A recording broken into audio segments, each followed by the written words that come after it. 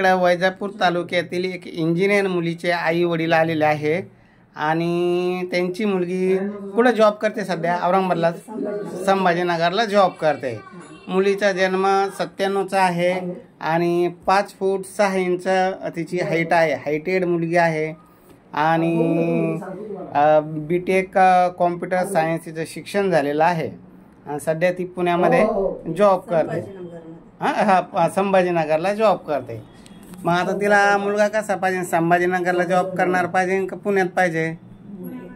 पुण्यामध्ये पाहिजे. पुण्यात नोकरी करणारा पाहिजे. मग तुझी पुण्यात जॉब करायची जायची तयारी आहे?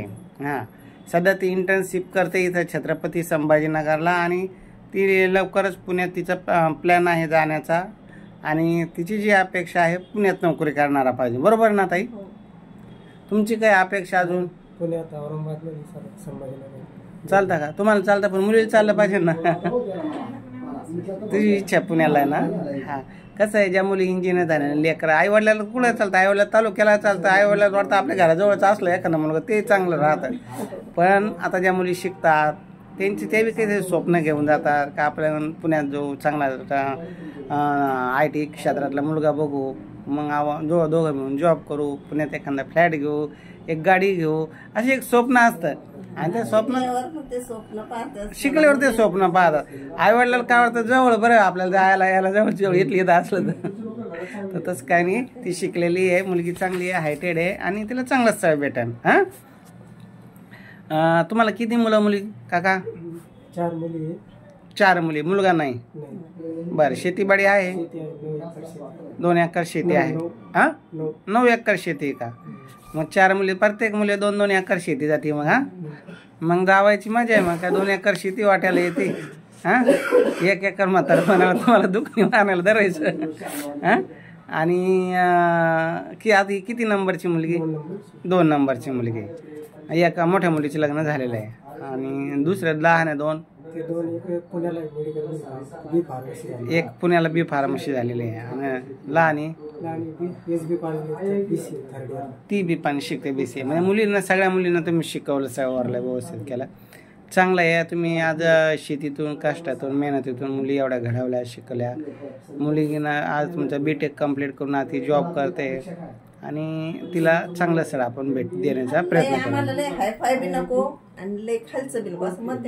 हायफाय नको? हायफाय लोकांच्या लय अपेक्षा राहतात. घाला एवढं सोनं देतात, नाही करू शकत. हां, गरीब असावा, समजून घेणार असा आपल्याला. हां, ते हायफाय राहतं. मग घाला सोनं. आम्हाला हुंडा नको, आम्हाला काहीच नको, पण मुलीच्या अंगावर सोनं घाला 10 तोळे 20 तोळे. हुंडाच झाला. मग हां, आम्हाला काहीच नको म्हणतात आणि अपेक्षा धरतात. हां, तसे नको आहे. लग्न कार्य करून देऊ शकता तुम्ही? हां, लग्न कार्य व्यवस्थित करून देणार आहे. चालेल, लग्न कार्य व्यवस्थित करून देण्यासारखी फॅमिली आहे आणि अपेक्षाखोर जावई नसावा. जे काही आहे त्याची अपेक्षा पूर्ण होणार आहे. आयुष्याच्या शेवटी संघ काही येणार नाही आहे. येणारा आपली जो साथीदार आहे तो चांगला असावा. म्हणून मुलांना नेहमी सांगतो, जोडीदार चांगला निवडा. संस्कारी, खानदानी ज्या मुली त्या महत्त्वाच्या आहे. नाहीतर पैसा भरपूर येतो पण मग त्याच्याबरोबर ज्या पैसे देतात ना जे पालक बी, त्या मुली बी तेवढ्या डेअरिंगबाज असतात. दर्शक जर त्रास झाला तर मग सगळी तयारी राहते त्या पालकाची. मी अनुभवलेलं आहे म्हणून सांगतो. जो 10 लाख 20 लाख हुंडा देईन, लागन तेवढं जसं म्हणलं गाडी देईन, हां, सगळी तयारी राहते. मग ते हां, त्याच्यापेक्षा आपल्याला घर प्रपंच सांभाळून चालणारी संस्कारी मुलगी जर पाहिजे असेल तर ही खेड्यातली मुलगी आहे. खेड्यातले रीतिरिवाज त्यांना माहीत आहे. मुलगी समजदार आहे. आता मुलगी तर समोरच आहे. पण बरेच मुलांना, पालकांना असं वाटतं बाबा यूट्यूबवर आमचा चेहरा नसावा, म्हणून चेहरा माझा, आवाज त्यांचा, अशा पद्धतीने मी व्हिडिओ देऊन आपल्याला लग्न जमवणं हा उद्देश साध्य करत असतो. ज्यांना ही यांची माहिती योग्य वाटली त्यांनी 9403 41 40 87 या नंबरवर संपर्क करावा.